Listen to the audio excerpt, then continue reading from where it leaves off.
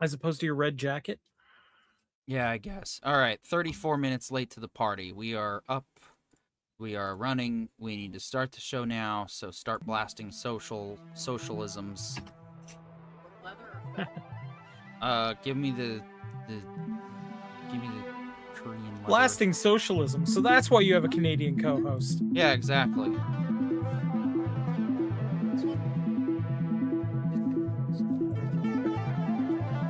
Alright, let's send out the good one. Alright, hit that, hit share. Just tell the world of the wonders of socialism? Yeah, I'm already doing that, bro. You disgust me sometimes. Listen, if what Canada has you guys consider socialism, then it's pretty freaking rock. If I'm just using your label for you guys our condition. Yeah. Because right now I feel like our way of doing things is pretty freaking great.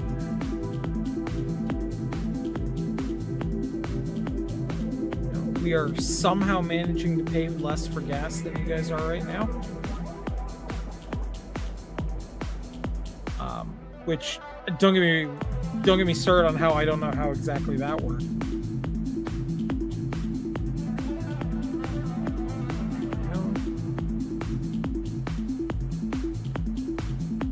There we go.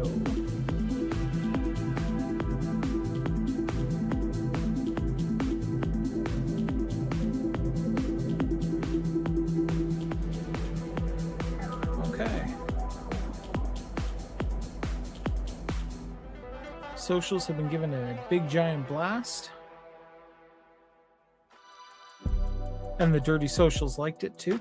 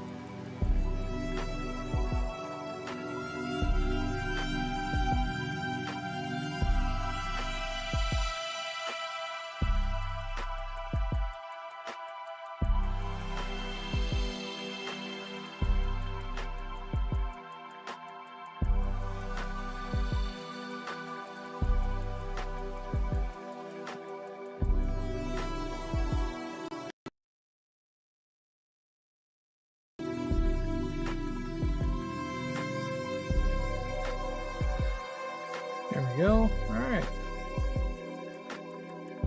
So this week I'm gonna go see Mando and Grogu. Right before, like a couple of days before premieres. So looking forward to that. So like tomorrow? Yeah, basically.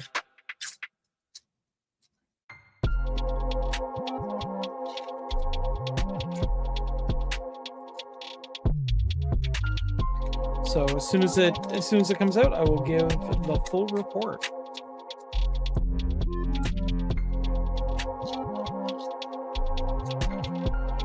So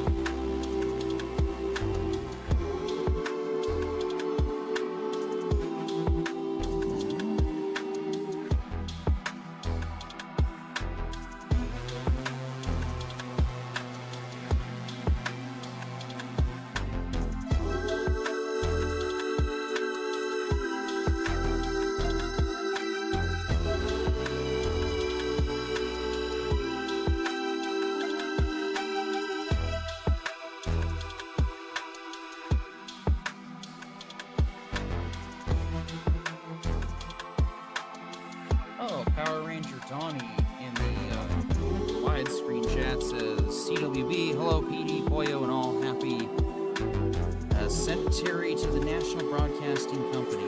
Use the NBC chimes. Hope everyone is well despite the passing of Tom Kane. Yeah, it's unfortunate. Yeah, kind of sucks. Truthfully, he died in let's say 2020, he had a stroke. Yeah. Also joining the chat, wow, got to go by, says Meredith, that's this 6146. Appreciate the support. Yeah. Always nice to see you.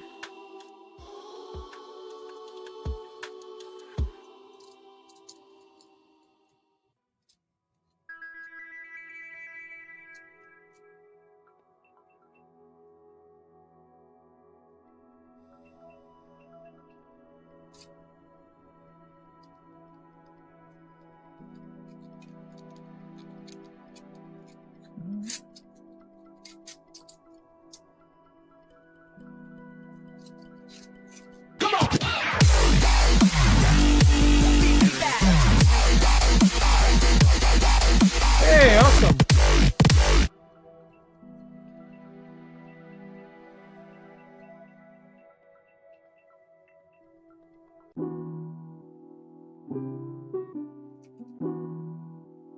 Morality.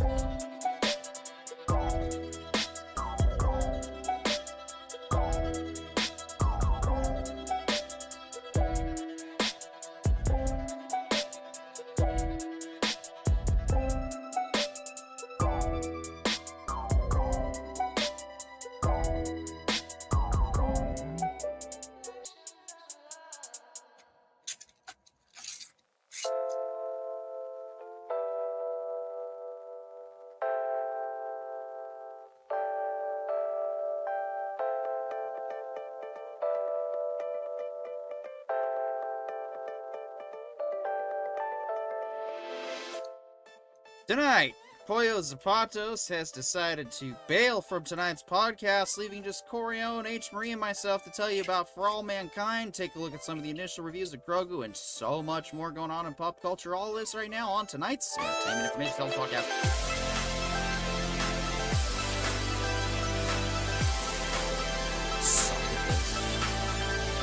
You're doing alright, man. You're doing alright. Bailing upwards. It's like stairs that never want to stop falling on me or throwing me against them, just constantly going non-stop. And welcome to tonight's Entertainment Information Intelligence Podcast. My name is Petey York, joined by the ever so lovely H. Marie, seen down here in the below section.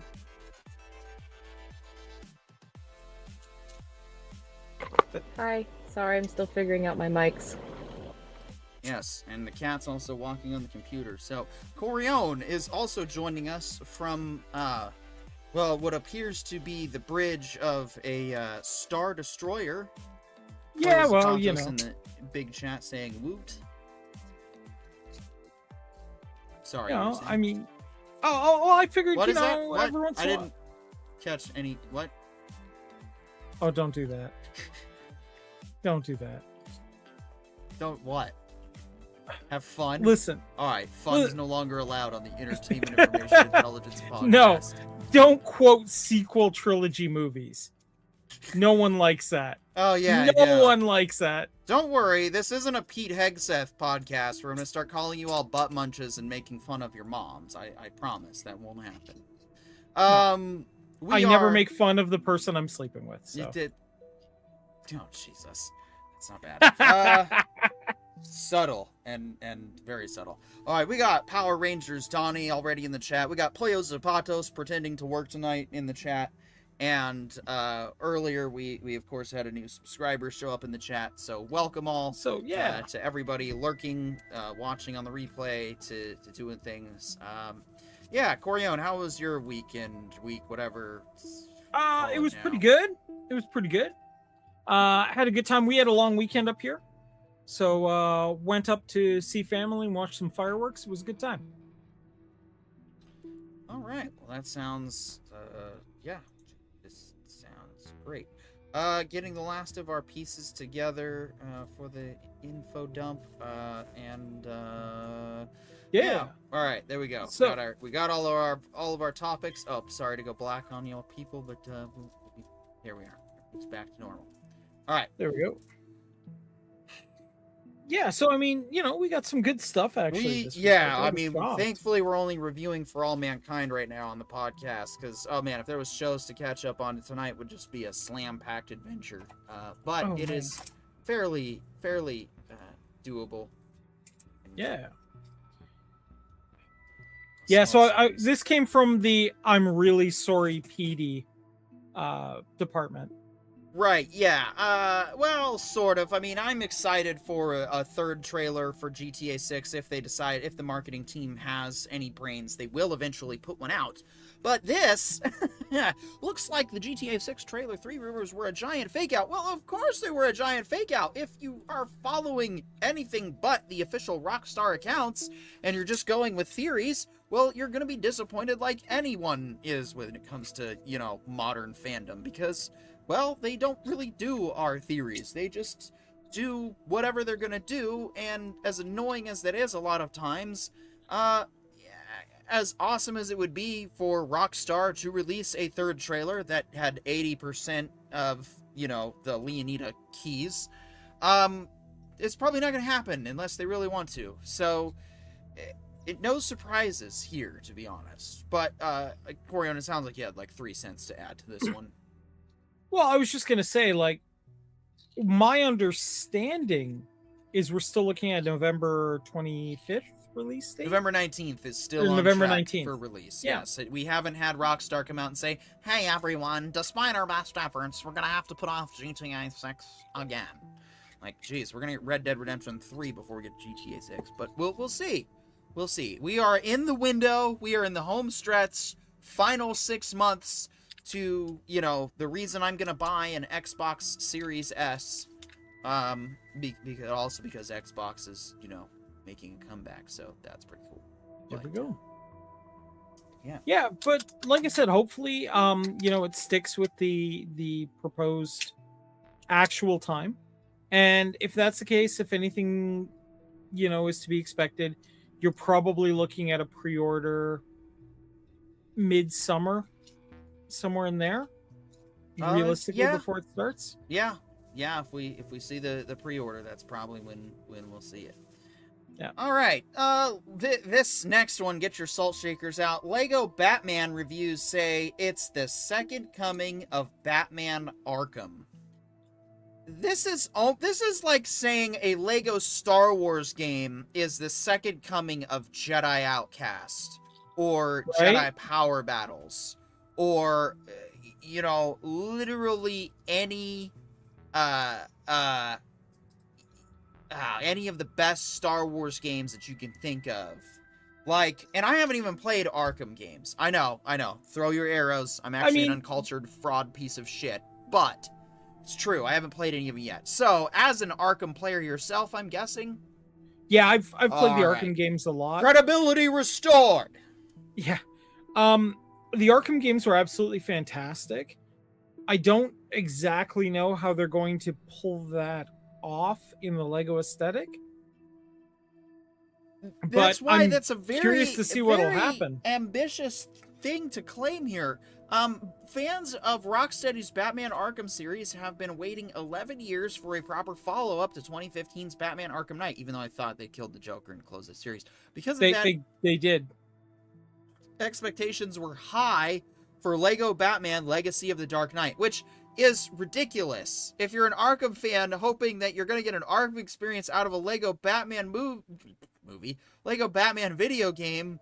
Yeah, bro.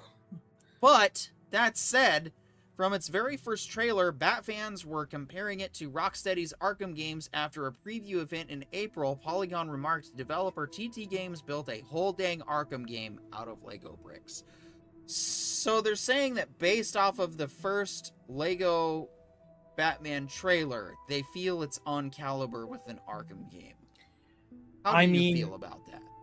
I feel like that's a bold strategy, Cotton. Let's see how it plays out. Look, the things that made the Arkham games really good were effectively a recreation of the Metroidvania style games, where you go through one place one way and then you'd find like a bunch of stuff that you would need a specific item or tool to go back and do later, and going back and doing it later would unlock further things for other sections of the map. That's kind of the idea behind all of the Arkham games. And yes, in theory, you could build a Lego game doing that, but not with the same open world feel that the later games had, not with the dynamic and immersive combat system. Like, the great things about the combat system in the Arkham games were, you felt like you were hunting in the night. Like, you could set yourself up and stealth your way into an area and then, surreptitiously pick off one dude after another, being like the sneakiest boy imaginable. You can pull all kinds of cool stuff off. But in this, how are you going to do that with Lego figures and make it like reasonable and believable? Like, what is he going to do? Like, Lego up a wall and hide behind it and then punch through it and drag a guy through? I guess it's not the same. I right? guess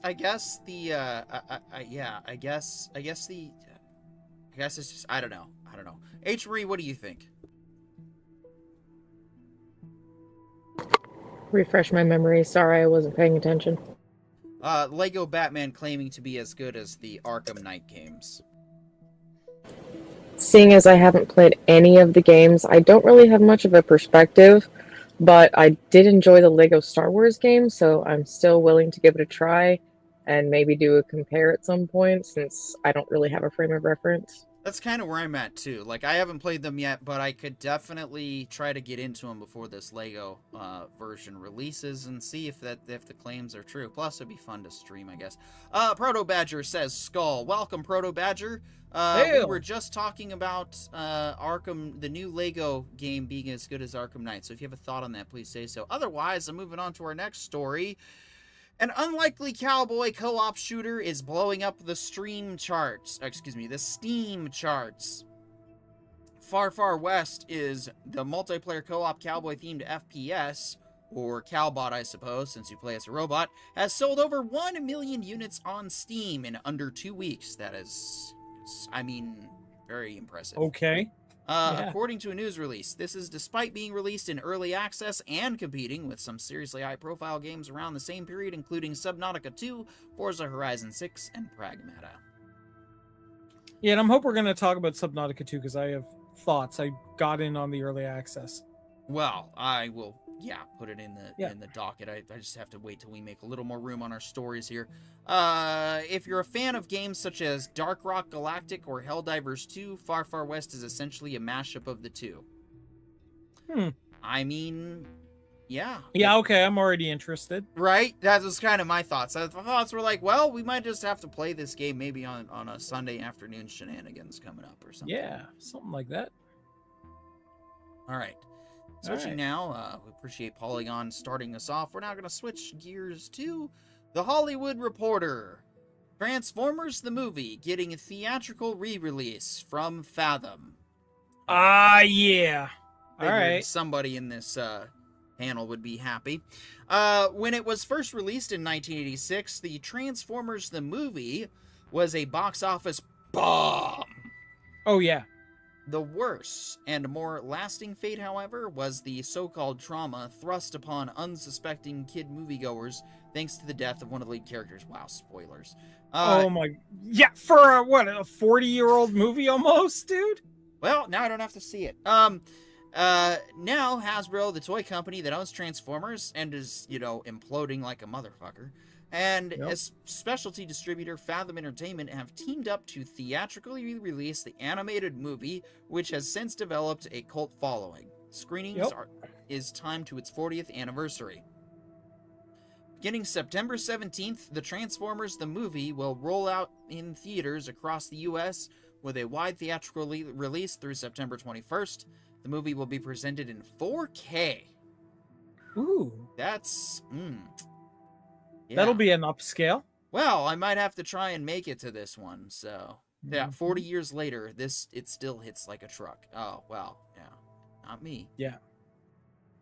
I mean, I remember when this initially came out, I was one of those kids that was traumatized by it. Oh, go on. Well, I was a huge Transformers fan as a kid growing up, and my cousins, who were, in that phase where they were like thinking about, long-term being together and whatnot, figured it would be a good idea to take, the young kid to the movies to see if they could handle, taking care of a kid. And they were like, well, Mike likes Transformers. Let's take him to that. Oh, boy. Yeah, what nobody realized was Optimus Prime, the character that was like everybody's robot dad, dies in, I think, the first 20 minutes of the movie. Oh. Yeah. Along with about 3/4 of the original characters. All right. Because they were trying to clear the toy shelves to make room for new toys, right? Yeah. So they were like, let's just murder everyone. And, I mean, in a lot of ways, it was kind of hilarious and fantastic, and I had a blast. But, it was pretty sad at the time. Like, we were all crying in the theater. Proto Badger says, love the music for the film. I'm assuming Transformers. But that's all the time we have for our Zoomer audience because we've already lost their attention. All right.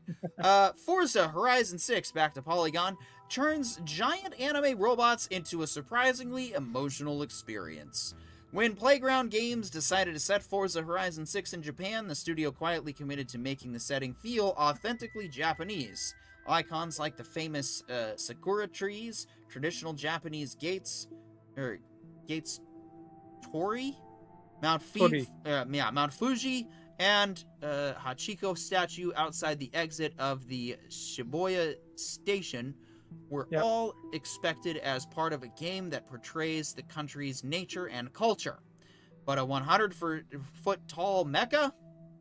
That's right. Yeah. In Forza 6, one of the most realistic driving sims experiences ever, giant Gundams will jump across the track now and interfere with your racing. And, I guess that's what the kids call fun now. I don't know. I mean, I would have preferred if we could have, driven the robot and it transformed into our car and vice versa. Right, yeah, no, us Transformers fans usually do have a hard time getting along with the Gundam types. But, it's just because, I mean, what are they compensating for here, being a giant robot? Like... Really? You gotta. All I can say, man. All I can say is, listen, you gotta mash the two together. Because if we ever watched Magus XLR, we all know chicks dig giant robot cars. Just saying. Oh, that's good to know. All right, back to the Hollywood Reporter. From Coles to the Bradbury Building, how Andy Garcia shot his noir in downtown Los Angeles. This actually does intrigue me because shooting a noir in downtown Los Angeles is hard. But real quick, first, let us take a Proto Badger comment. Speaking of mecha, I just want to see a good gawking movie with what they can Gaiken? do. Gaiking?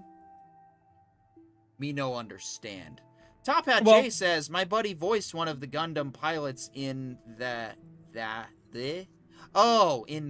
Oh, well, that's cool. That's cool. Cool.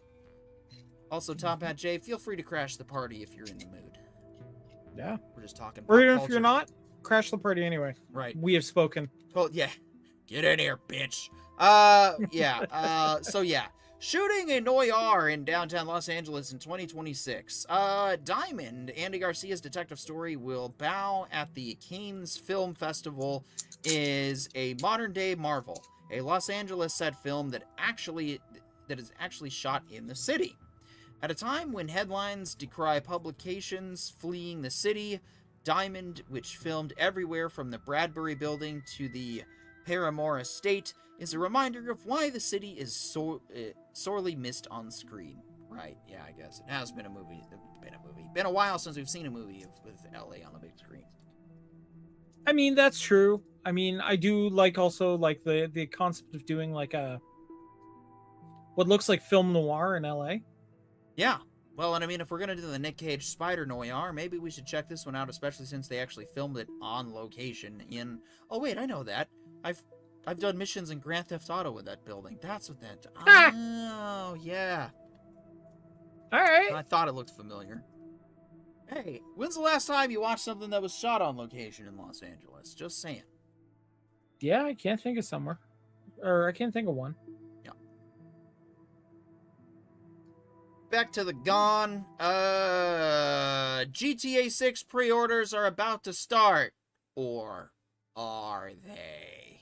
Yeah, we kind of covered this. Are we getting another GTA 6 trailer on May 18th? No, we're not. No. So this article aged like milk. All right, like I said, we have the attention span of a Zoomer on this podcast tonight. Christopher Nolan says the Odyssey is the most extreme version of the story he could make. I mean, look, I'm intrigued to see what he does with the Odyssey. I mean, if anyone was going to be able to film something that is literally called the epic of Western civilization, yeah, I think Nolan's the right person for the job. I'm looking forward to seeing what he does with it, though.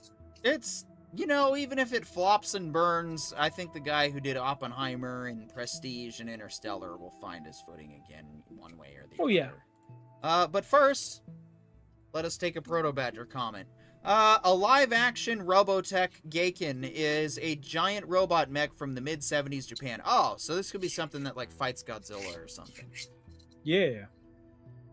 Director Christopher Nolan didn't want to hold anything back when adapting Homer's The Odyssey for the big screen. Talking to CBS News' Scott Pelley for a 60 Minutes interview that aired Sunday night, Nolan was asked what he believes the essential elements of his films are.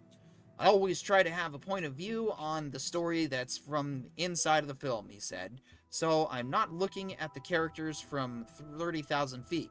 I'm trying to be in the race, in the maze with them, because I want to try and give the audience a sense of what a place would smell like, what it would feel like.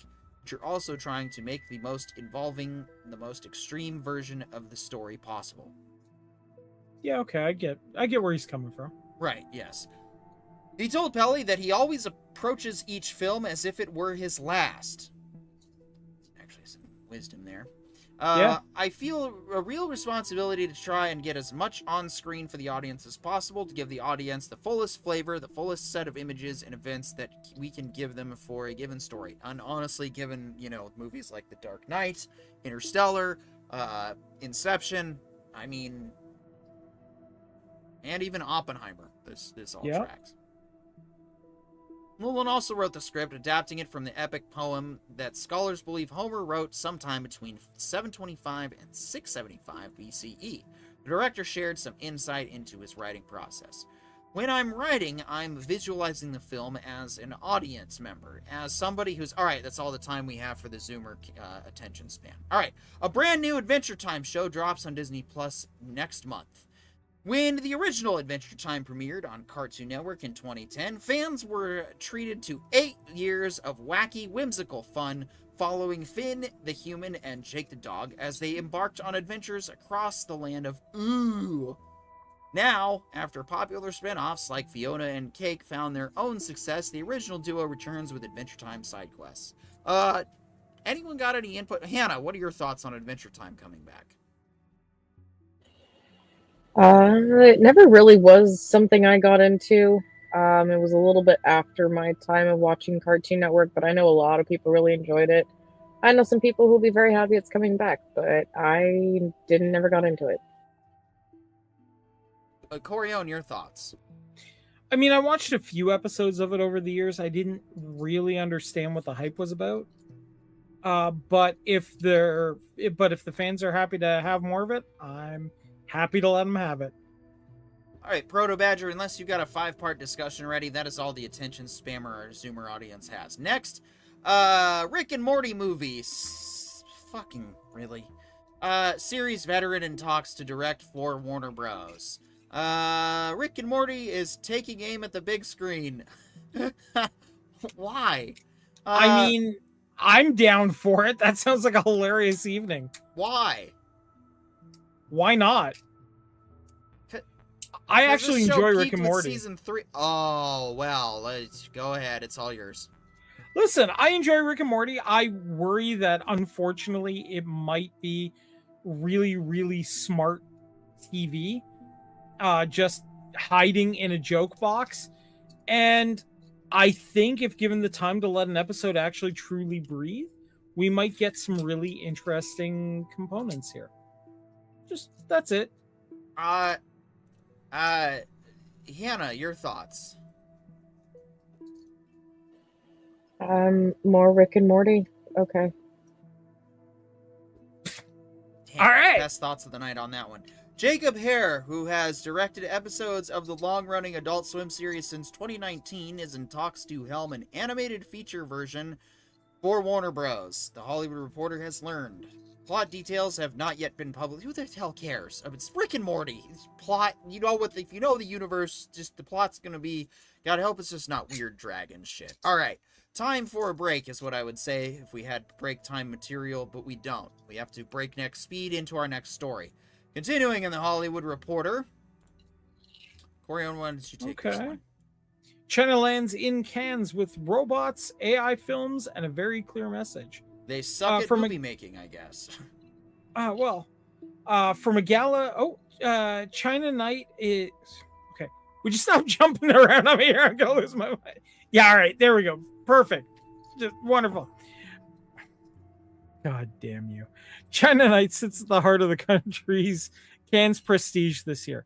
A single gala evening at the Marche du Film Beach that aims to capture both where the Chinese cinema currently stands and where it intends to go. Guests can expect trips into worlds of artificial intelligence and extended reality, cameo appearances from some of the Magic Lab robots that have captured China's imagination. Think robot people, puppies, and pandas. Co-hosted by China Film Administration, China Film Group Corporation, and a bunch of others. The May 14th event will feature some of the country's biggest stars pandering down its red carpet. Attention will then turn to previews of up-and-coming Chinese movies, displays that tap into the country's very artistic traditions, and examples of new technology that is altering the way the Chinese audience sees cinema and how Chinese creators produce their content. Look, I will be the first to say that not every Chinese movie is for every Western audience. Some of it is very, very much based on their culture. That can be sometimes difficult for other audiences to tap into. That being said, it is probably the largest consumer market in the world. So if they're producing movies for their culture, totally down for it. And if one of them occasionally translates well, I don't see too much of a problem with it. I just, I don't really see... I don't see their AI slop landing well. I think they're going to fall on their face the way that Saudi Arabia has managed to fall on their face trying to get into to replace everybody. Like, don't get me wrong, it's really sad with how corrupt and gross Hollywood has been for at least the last 20 to 30 years. But Fair. like, for what it is, nothing has actually supplanted them, usurped them. Nobody has come close. I think the closest we maybe got was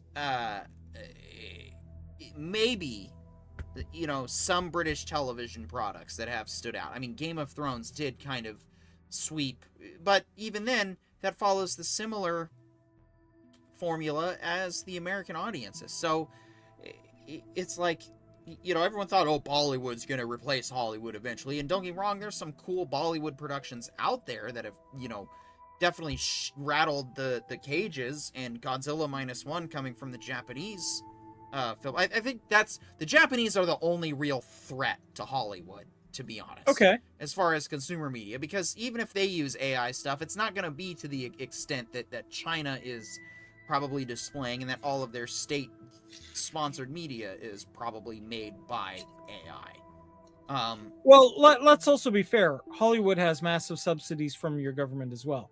So we could Right. argue that Hollywood is state-sponsored media as well.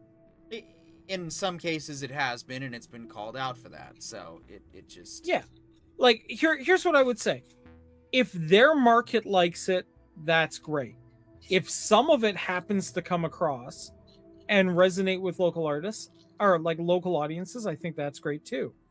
But I do think that focusing on purely AI driven work is not going to get them where they need to go. I think that if they're looking for an international market for their internal stuff, they're going to have to hit the heartstrings, and right now AI can't do that. Nope. No, it cannot. So I don't expect the Chinese Hollywood to be of any legitimate threat anytime soon. All right, back to the Gone. 8 perfect sci-fi movies to watch as a Project Hail Mary double feature. Now, I unfortunately did not get around to its theatrical re-release because life, the universe, and everything just sucks for P.D. York. But I will make it a point to watch this when it's available on streaming. We'll probably do a full thing. We might even make a special around it. That said, let's take a look at some movies. Number 8, and sorry there's no pictures here. I guess my browser doesn't want to do it. Sunshine. If you know the movie, then you know what we're talking about. Easily one of the... Yeah, I mean, it's a solid sci-fi. It has a good premise. There are a couple of, like, I want to almost call them vaguely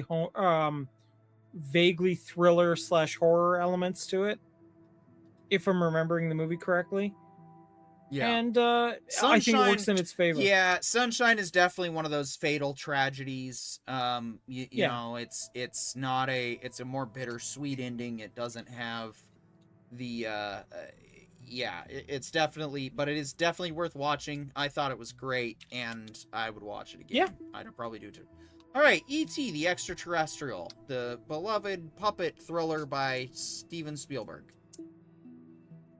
I mean, to me, it just feels dated now. Fair. Right. Moon, which, if you guys don't know, it is also another good movie starring Sam Rockwell, with Kevin Spacey as the voice of the robot computer. From what I remember, did you see Moon by chance? I haven't, actually. Oh. We might have to put it on our summer watch list then for sci-fi movies. Okay. All right, here's one I'm not familiar with. Annihilation. What about you? Do you recognize that one? No, I don't recognize this one either. Okay. Ad Astra, I haven't seen yet, but I have been curious about it. The 2019, James Gray film. Yeah, this one was really good. That's what I heard. Oh, this is right before we started the podcast. Close Encounters of the Third Kind, I have seen. Boring movie, worth seeing at least once, maybe twice. Yeah, but I mean, I think Disclosure Day is going to be a better modern so, version. Yeah. Arrival, I did not see, but I heard was good things. And then The Martian is the last one, which was a good book. The movie... I really liked the movie. I loved the book. And watching The Martian with Project Hail Mary sounds like a great afternoon. Yeah, they're both written by the same guy. So my only disappointment and movie that I would think would have been included in all of this would have been Interstellar. But, you know, that's a Christopher Nolan movie, so we snub Christopher Nolan when we can, except You know, when he does Oppenheimer, and then they have no choice but to acknowledge his greatness. And he's going to shoot his greatness in the foot with the Odyssey, maybe. I don't know. We'll see. All right. Really, you've been hearing like bad things about the Odyssey? I have, yeah, a lot of issues with. I mean, some of it, of course, is the usual issues with casting, which I'm at the point with. It'll either land or it doesn't. I'm gonna watch the movie and find out. In some cases, people predict that no, it sucked. All right. In other cases, we could be totally blindsided. This could be one of the best tellings of the Odyssey ever. Yeah. I won't know till I see it, and with it being Christopher Nolan, I'm going to take my chances. Yeah. Back to the Hollywood Reporter. James Franco is back. Yeah, cover your privates, ladies. In Cannes. Well, I don't know how you actually say it. Cannes. Yep. In Cannes says making his new film Foster felt like old-fashioned L.A. Oh. So back to, forcing women into do things they don't want to do, and you're forcing women back onto the couch. I'm sorry, he's a sex pest. So, I mean, is he really changed? I don't know. Let's see what he has to say just for a second, or we could skip not. Ahead. Yeah. Give fuck James Franco. Ahsoka season 2 just hit a major snag. Yeah. Now, if you've been following this podcast, you will know that we reported from Cameron Pasha's Patreon from inside Lucasfilm that the reason they are slowing down Ahsoka Season 2 is for the simple fact that the Blob channels got a little carried away with their eagerness and hoping that the sequel trilogy was going to be erased. Yeah. Well, it was more that they were starting to take the opposite. Yeah, like they started pushing and building that, well, the sequel trilogy is never going away. And now they've built kind of this situation where Disney is not sure whether people want the sequel trilogy gone or they want to keep it. And they're not sure exactly where the media is sitting on it. There's simply too many people's opinions in the air right now. I'm gonna get Sparrow and Favreau and Filoni in a lot of trouble for saying this, but I do think that what's fair is fair. In the long run, the sequel trilogy, should be decanonized in the same way that the current Legends canon was decanonized. Okay, I get that. Kathleen Kennedy, moved all the post stuff to avoid giving royalties, because she insisted that the new stuff was going to be better and be the way forward. And, well, no, such is not the case. In fact, Ron Howard had to come in and fix a lot of the problems with Solo and basically turn it into a Star Wars classic because, well, he went back and made the movie more classic Star Wars and less haha fart jokes and kid stuff. Yeah. So the reason that I think that this sequel, should be not retconned, because we already had a retconning of the true sequel stories. We already had a retconning of the Dark Forces trilogy and Kyle Katarn's amazing story of rise and fall and struggle of the light side. You want to talk about a Jedi character that is relatable to those of us? Kyle Katarn was awesome. Oh my god, one of the first gray Jedis ever. Like, a Jedi using lightning was one of the coolest things ever, in my opinion. The story of the Solo twins, and of course Luke Skywalker falling to the dark side, and Mara Jade, and the original Thrawn stuff. I think we can all get that back, and I think that in the end, I was wrong to. I ended up being wrong because there was no plan for the sequel trilogy. And it's very obvious the way that they just changed and pivoted directions with no clear plan. And they could have made it pretty easy. Just a rehashing of the original trilogy with new characters and passing of the torch. And maybe trusting your writers and directors to know what they're doing with Star Wars. Instead of worrying about... The accusation, of course, is the identity politics. It was even worse than identity politics. It was literally just Kennedy's ego. That's it. Yeah. she didn't care about any of the stuff that she believed. It was all just an excuse to get her shit on the frickin' screen. So I think that yes, it should be, retcon, but not like in the alienation kind of way. I think we do need to accept that there are fans of the sequel trilogy, there are fans of the Acolyte, and that those fans will just have to be acknowledged regardless of what happens going forward. So, will the sequels ever be gone and obliterated? I'm at the point where I no longer care. Because, I care in the sense that what's fair is fair. It should be done because, like I said, Kennedy already erased the original sequel paths, sequel stories that existed, and said that her stuff was going to be better, and she was wrong. So for that, yes, should be retcon. But not because screw all you fans that love that stuff. I mean, a lot of the sequel fans didn't necessarily say that to the Legends fans, but I think in the end, we really did hurt our devoted fan base. Our long-standing fans that were waiting 30 to 40 years for a proper Star Wars sequel, who sat through the prequels going, all right, if this gets enough hype, maybe we can finally get the Thrawn trilogy on the screen. And, well, no, we had to take a detour because we criticized George too much for being so bombastic with the Attack of the Clones and everything. And, maybe in the end we shouldn't have levied so much criticism against his ideas and should have just let him tell his stories and maybe said what we liked and don't like, but said, all right, George, do what you want. It's your story, but, we don't like this. We do like that. Because in the end, episode 3 was still pretty good, especially with Clone Wars bridging the gap between 2 and 3. It really, really helps. I would say Clone Wars did a lot of heavy lifting. Clone Wars was one of George's smartest and most... Honestly, taking Filoni under his wing and admitting that more of episode 3 needed to be explained was a huge step in what it means to be a storyteller, to admit that, all right, maybe it is time to start picking someone new, and maybe some of these holes I need to fill with these ideas that these young guys have. But then in the process of doing it, he's like, I think Anakin's gonna have a Padawan. It's like, but Anakin doesn't. Oh, no. We're going to tell a new story where Anakin has a Padawan. And that's what gives us, of course, Ahsoka. So, here's our details for Season 2, which I enjoyed Season 1. Granted, could the choreography and all the fight scenes and everything been better? Yes! A whole lot of things with Ahsoka Season 1 could have been way better.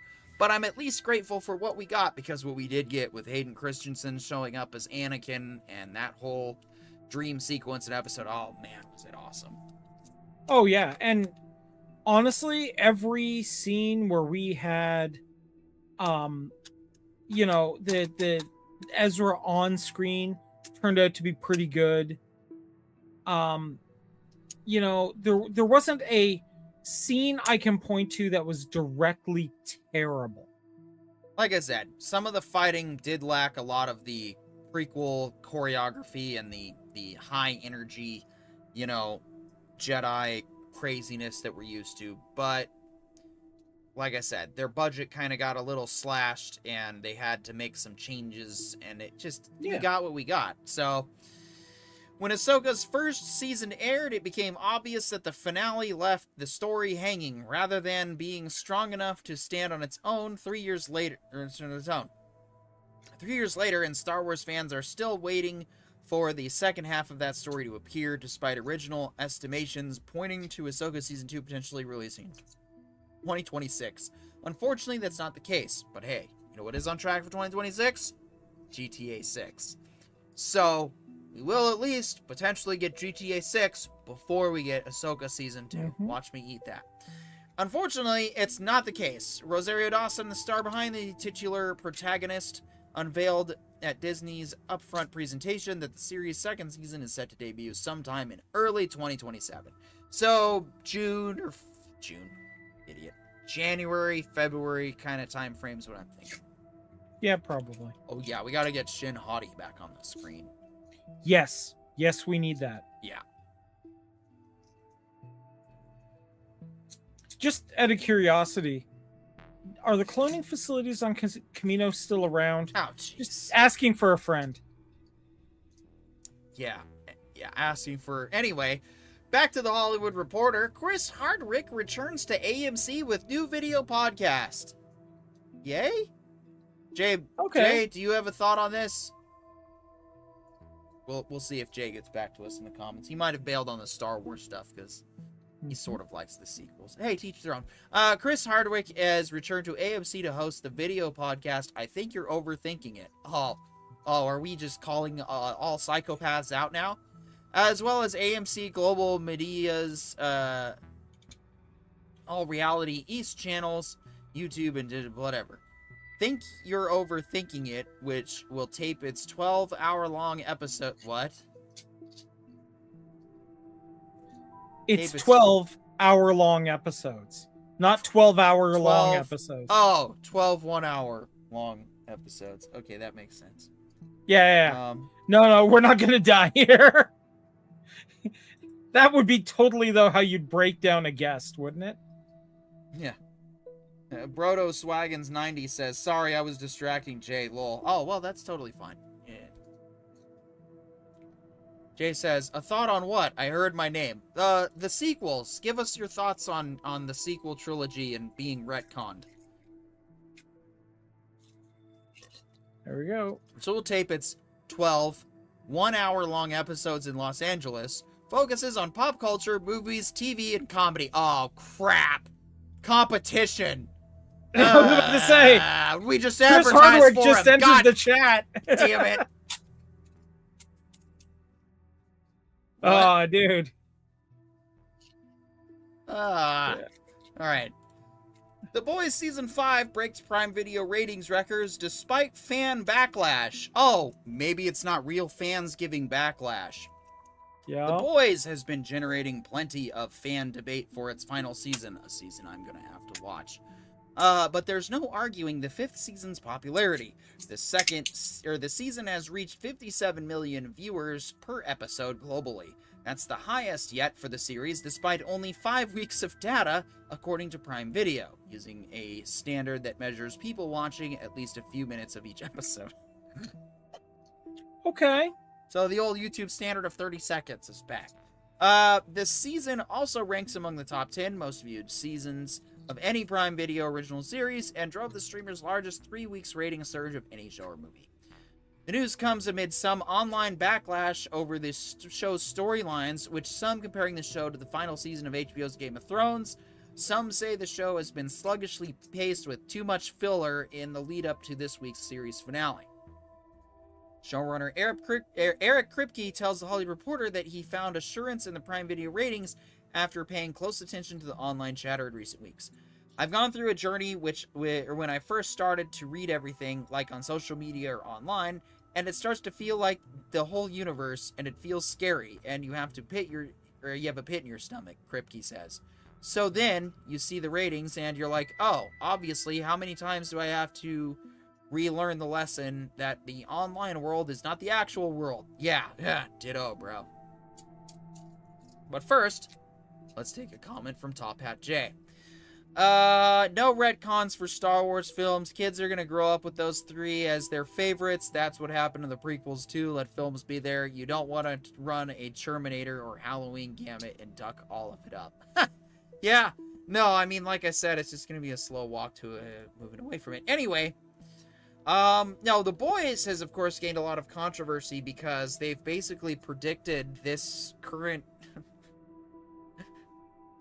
Trump administration, like almost, they're pretty much batting 1,000 perfectly. Nice. And oh yeah, no, from golden statues to Homelander basically wanting to be called God, and we saw how Trump basically called himself Jesus, not trying to be like Jesus or chasing after. No, Trump is the second coming of Jesus, according to Trump.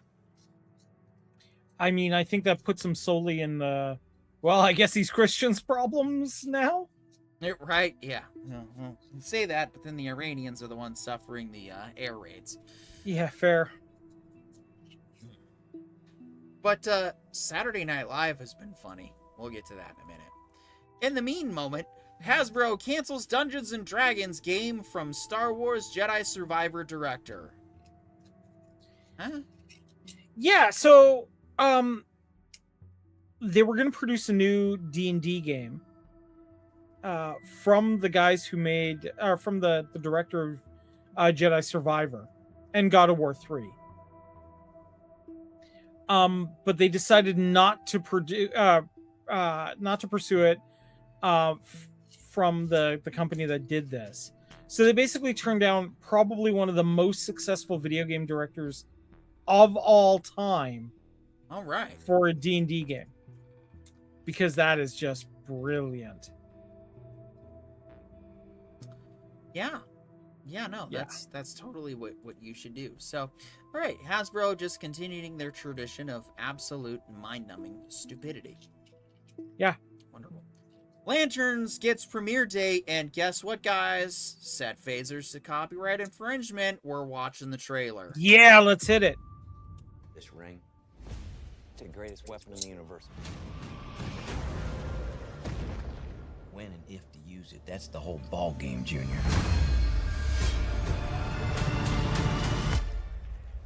Did you just use that ring to counterfeit money? No. Tell me how you got it. The ring. You know how I got it. I sure as hell didn't interview for it. Oh, well, shit, maybe you should have. Power like that, shouldn't you have to work for it? I've been doing this since you were a baby. And the only way you're gonna get this ring is over my dead fucking body. I think he likes me. Everybody is lying to us. You're not leaving here till we find out what they're hiding. Danger's part of the job. You need to be fearless. How are you chosen for this? It's only one question. Are you afraid? You afraid? Are you afraid? Are you afraid? Are you afraid? Are you afraid?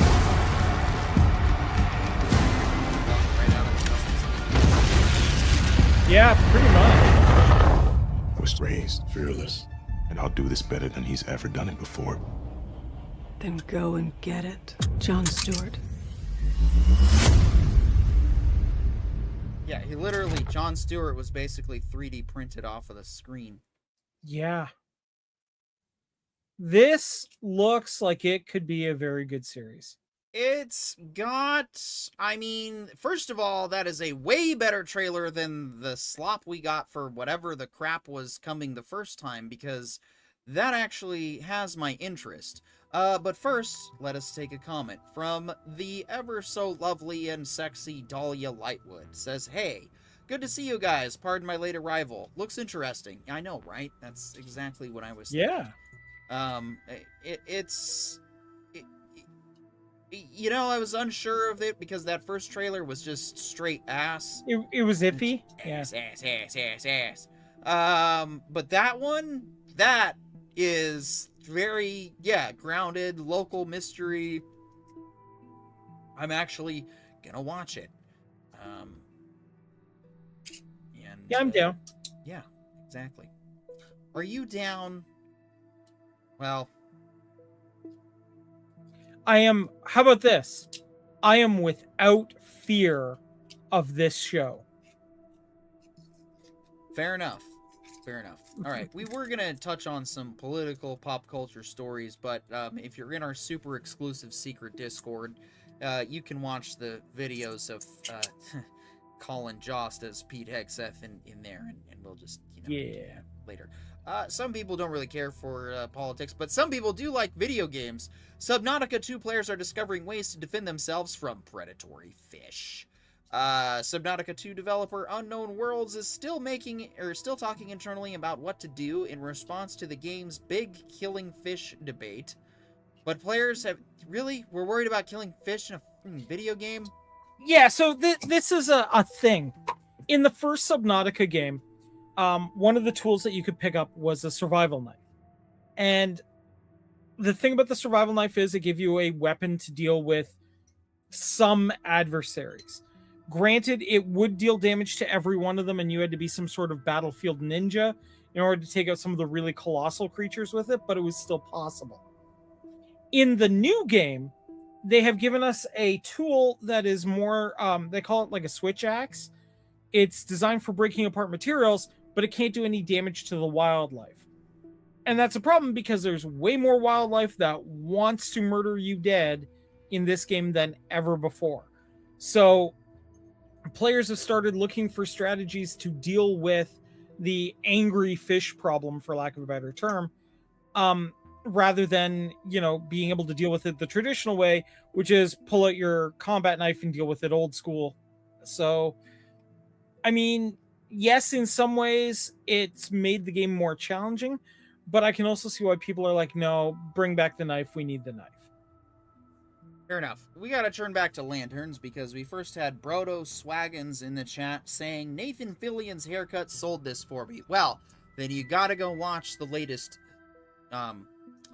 Superman starring the Justice League movie. Oh yeah, it was really good. Yeah, because if you like Guy Gardner and you like Nathan Fillion, then you definitely need to go back. Dahlia Lightwood says, I'm not really a fan of the dark color grading, but the plot looks interesting. Top Hat J says, are you afraid? Dahlia Lightwood says, lol, yes, I'm afraid of bad color grading. I need color. Hey. Make me separate you two now. Oh no, we're putting them in an arena and tossing in a Subnautica knife and letting see what happens, man. Yeah, something tells me Dahlia Lightwood's ending up on top and not in the violent with the knife way. Anyway, so predatory fish are necessary in Subnautica 2, but I guess killing the fish is really just causing it with, a problem with PETA. I mean, that's not really the reason why they did it. They did it because they were like, we want to have a game where you have to think smarter, not think, not just like knife your way through every problem. But knifing my way through every problem is like the best way to handle problems in literally every other video game. Unless I have a gun. In which case, guns are cool. Yeah. Alright. Star Wars and Powerpuff Girls star has passed. Tom Kane, the voice of many of our favorite characters throughout Star Wars and throughout animation. Unfortunately, well, really, he passed away in 2020 when he had a stroke that basically took his voice, and I guess the last 6 years was attempting to overcome that struggle, and sadly, here he is in his final days. Sadly, he could not overcome and could not return to glory like we were really, really hoping he would, and so yeah, worth making a mention. Do you have a favorite Tom Kane performance that you want to make mention, Corione? I mean, I always liked him as Professor Newtonium from Powerpuff Girls, to be perfectly honest. Yeah, and I was a fan of all of his Clone Wars portrayals, from Yoda to, the intro to, I guess, the Republic officers. What about you, H. Marie? Do you have a favorite Tom Kane performance? Somewhere in between both, between Powerpuff Girls and Star Wars. Fair enough. We will now quickly take a moment of silence to honor his memory. Yeah.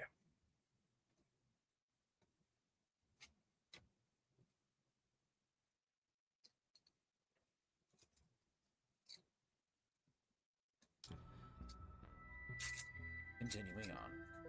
Alright, our last pop culture story, because it kind of leads into our weekend plans, followed by well, it just leads into our weekend plans, and then we'll eventually get to a review next week. Early reviews are in for Mandalorian and Grogu. According to Rotten Tomatoes, a fun but familiar return to Galaxy Far, Far Away.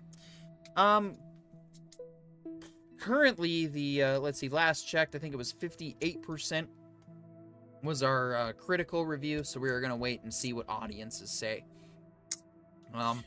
A lot of the initial reviews have it being a fun visual spectacle, which technically is the criteria for the first Star Wars film. I don't know if many of you remember, but Star Wars Episode 4 is actually a standalone movie. It doesn't have a lot of plot in of itself, aside from what happens to the characters that we really don't care about until Episode 5 comes along and turns it into a real thing to give a shit about.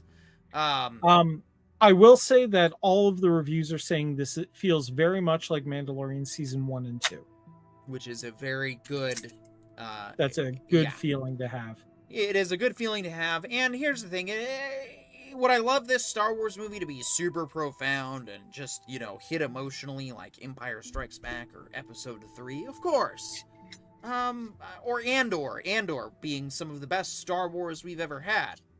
Really enriching the universe that Lucas implied was there in Episode 4. So that's the thing about Star Wars Episode 4 is a lot of people, everybody sets these standards for what they want in their Star Wars movies, and I think a lot of it we've kind of forgotten that Star Wars can be more than just Star Wars, but it still has to be Star Wars. What I mean by that is we can have the, rich history of Maul and Rebels and the Clone Wars and Solo even. We can also have fun sort of side quest movies and stories like The Mandalorian that do what they do, but what we need right now is a movie that brings the fans back to Star Wars. And by Star Wars fans, I mean, do you like Star Wars? As much as I want to tell Jay he's wrong, there are no fans of the sequels. Sequels bad. Kennedy bad. Bad. He's not entirely wrong. There are about 6 people out there that are going to... Let's be generous here. There are probably 7. 7 to 10 people. No, there are fans out there of the sequels that cannot be alienated, and that's not what we want right now. And that's why, Mando and Grogu needs to show that Star Wars, as Maul has shown us, it's funny people are putting out memes of Filoni reenacting the Imperial officer committing suicide, and I'm like, well, Filoni had 0 to do with Mandalorian and Grogu. Filoni doesn't give a shit right now about any of these movies. He's not a movie... Filoni learned his lesson with movies, okay? Filoni's kind of done a pretty good job of staying on the small screen since that Clone Wars cringe crashed and almost crashed Clone Wars entirely. But Filoni has stayed in his lane on the small screen. Apparently people keep forgetting this. So even if Mandalorian and Grogu flops, which it probably won't, it's very likely going to make its budget maybe a bit of profit. Is it going to blow money out of the water like Star Wars Force Awakens? Probably not. We don't have that hype. What we have going into this movie is nostalgia. We have a Star Wars movie in the summertime. We haven't had a summer Star Wars movie since Solo in 2018, which bombed in the theater because everybody was still mad, divided, confused about Last Jedi. There were even people who liked Last Jedi that were like, there's already another Star Wars movie? They should have waited till December. Look, I'm grateful that I got to go to the IMAX with my buddy in the Coast Guard at the time, but I do see their point.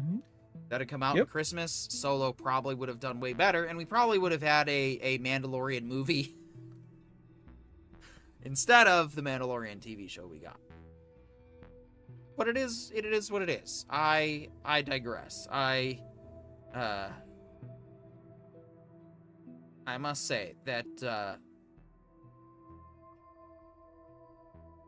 I don't know what to expect. I'm expecting that the movie will be a movie.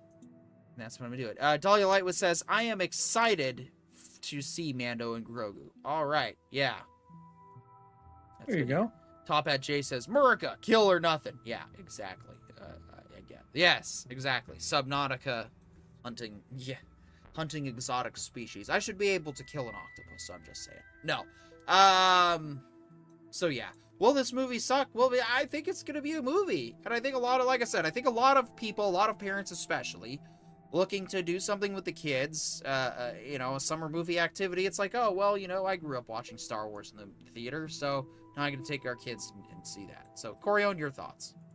Yeah, I mean, I have gotten preview tickets. I'm going to be seeing it Wednesday night, and I will have my full review for everybody as soon as I get it. But based on what I've seen, if it lives up to what I've been told, I'm looking forward to it. I just want the feeling of, sitting down as a kid and, being in that moment again, that kind of like, what I think we're all chasing in Star Wars movies, where we get to feel that pulp cereal feel again. So if we get that, I'll be thrilled. H. Yeah. Marie, your thoughts? Thoughts on what again? The upcoming Mando and Grogu film. I'm excited. I'm just hoping it doesn't all turn out to be a bunch of hype. It does look like it'll at least be somewhat sort of entertaining, but I'm not holding my breath until we go to see it.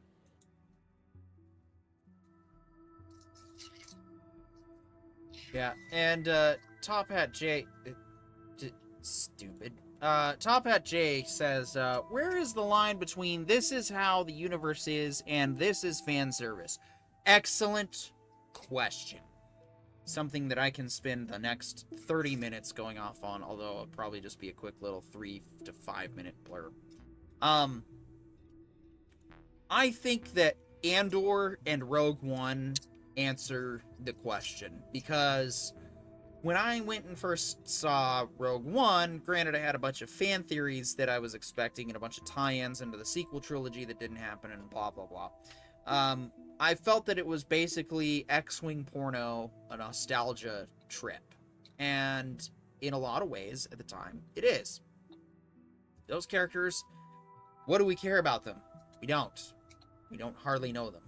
It's basically like a prequel to episode 4 that is basically episode 4, but them stealing the plans to destroy the thing instead of, well, just destroying the thing. I think we have to gauge every Star Wars film and weigh it against the original Star Wars movie.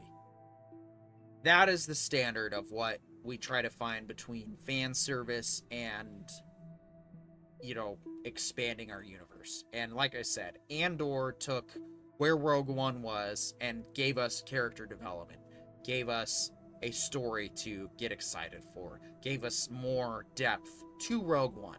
So now Rogue One exists as an amazing finale in a series of Star Wars story that shows us what Star Wars is from where any of us would be living in it. Yeah. And so I think a lot of that is what gets us that was what was really even though Tony Gilroy says, yeah, I wasn't a huge fan of Star Wars or really into it as much, but I wanted to tell the story. Well, he did an amazing job because he still respected the universe. He still made the aesthetics of the environment feel like Star Wars. He didn't go and change, oh, well, I'm going to do this 25% different visual garbage because, it's different now and we need modern Star Wars to look like, modern Earth. No! Star Wars, Andor, still felt like a limited, lived-in universe that George had given us. And so I think that's where Andor does a great job of shining, is showing us, here's the universe, here it is as you remember it, but now we're going to bring some thought-provoking and compelling implications to this, space Nazi empire. And, I mean... Yeah.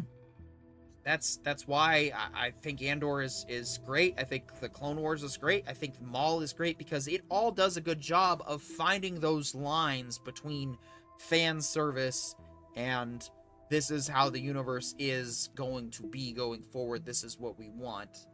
you know, that's finding the balance between nuance and nostalgia is truly the challenge of Star Wars. Corion, did you have any final thoughts before you sign off for the night? I mean, I think you summed it up pretty good.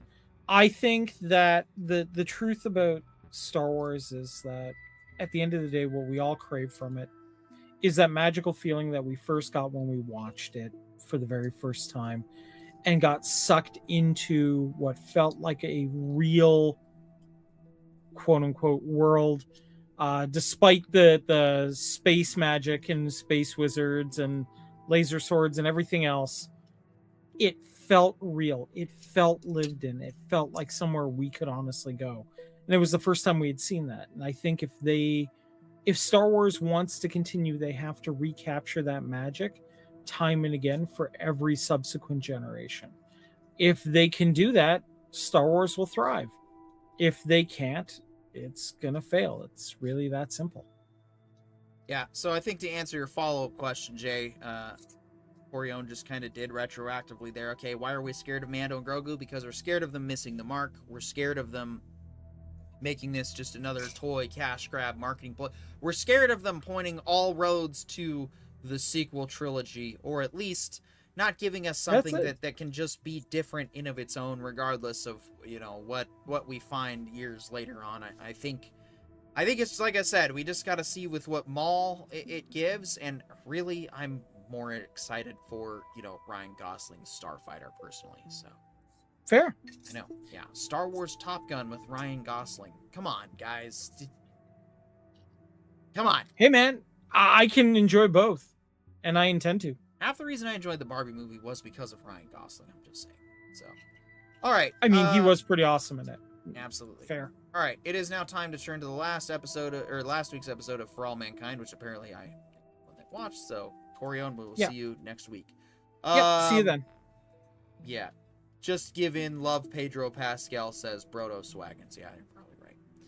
All right. For All Mankind, season 7. Oh, shit. I was wrong. It's actually season 5, episode 8, not episode 7. I'm going to have to change that in the description in like 5 months when I remember to do it.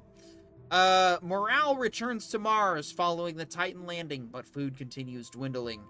Irina and Leonid inform Miles of economic and political unrest on Earth caused by the embargo and an incoming multinational force heading to forcibly retake control of Mars. Celia forms a militia of her own called the Happy Valley Corps, which Alex joins. On board with each military ship are Avery and Marcus. After the ship is detected, the rebels plan to destroy the Goldilocks asteroid's docking port. Kelly is promoted to mission commander, and the Titan crew plans to hike to the probe's landing site. Celia and Leonard risk their lives to fly the explosives to Goldilocks through a dust storm, but the Earth forces have beat them there. They start the countdown, not knowing they are already there, and blow up the Goldilocks platform, killing one of Avery's colleagues in the process. But first, I'll also dip. Have fun, says Top Hat J. Well, you guys need to catch up on For All Mankind. It's the bestest show ever. H. Marie, what did you think of this week's For All Mankind episode? Oh, it was definitely a twist and turns filled one again. I am curious to see what's going to happen with our floating friend, though. That one's going to be an interesting loose end to tie up. Right, yeah. Is she going to be even more vengeful against the Marsies, or, you know, that's the big question. Like, this season's been very good at the cliffhanger ending overall, but I mean, I'm here for this show anyway. I personally don't need those hooks to keep me coming back. I've been excited for this show since I got into it, and I'm sad that it'll be ending after next season, but I can see, I'm kind of, honestly, as we're winding down towards, we got 2 more episodes and then this season closes out, I'm thinking that it's probably going to hit that point where, alright, yes, there's hope for the future that we can continue to inspire, but it is time to wind it down. It is time to call it a show. We did our best. We got this far, 5 to 6 seasons. That's very impressive. And we're just basically going to go out on our own terms. And I think that's awesome. So what are some of your favorite aspects of For All Mankind? Let's say a new person was watching right now, considering whether or not they want to watch the show. How would you get them interested in watching? I would tell them that it's the timeline where instead of us reaching the moon first, it was Russia, and basically everything kind of splits off into its own branch from there. And if you're a huge fan of watching the moon landing, then this is definitely an interesting perspective. Yeah, very well said. I mean, it's now going to be 5 full seasons of 5 decades, 50 years of history to cover. Thankfully, each season is only 10 episodes, so no, you don't have 50 years worth of watching to catch up on, although that'd be kind of cool. Kind of ridiculous at the same time. So yeah. Personally, for predictions, I mean, I'm looking forward to seeing how this closes, whether or not, it's possible that season 6 might not jump another decade and that we might actually just close out in this decade, considering how much has happened and can they close this down in 2 more episodes? I mean, sure, we've seen the writing cut that corner and make that happen, but it also might take longer. I don't know. Let us know your thoughts in the comments, probably below at this point if you've seen this. Dahlia Lightwood, if you haven't checked out For All Mankind, you definitely should on Apple TV. Stay with you, Top Hat Jay, and yeah, Proto Swaggins, Proto Badger. This is one of the coolest shows ever, and we will be covering the last 2 episodes, going forward, and then we'll have to pick some new shows to watch, maybe some new books to read. We'll have to figure it out. But, yeah. H. Marie, you've been enjoying a new video game recently. Why don't you go ahead and tell all the people about the game you've been playing? And I have started playing Outbound, and I've been watching it come up on the list, and it finally got released. I am enjoying it. My only issue is it's still giving me motion sickness, and I've turned the sensitivity all the way down. So just keep that in mind. But the colors are fun. It's very blocky. You can build your own little base on your van, and you just travel around. And I've only made it to the 2nd map, but it's a lot of fun. I definitely recommend people trying it. I got it through Xbox for free because I pay for the Game Pass. So otherwise I think it's like $20 if you buy it through Steam. I mean, I think it's worth it. It's a lot of fun for me.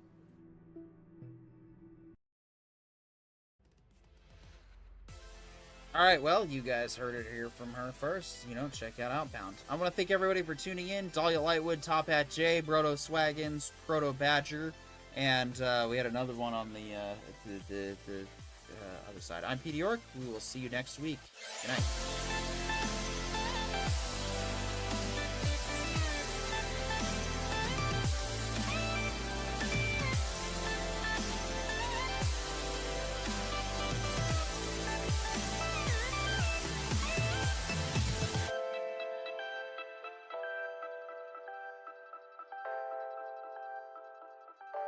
This has been the Entertainment Information Intelligence Podcast from the Writer Brothers. The Writer Brothers, restoring respect into discourse. Good night.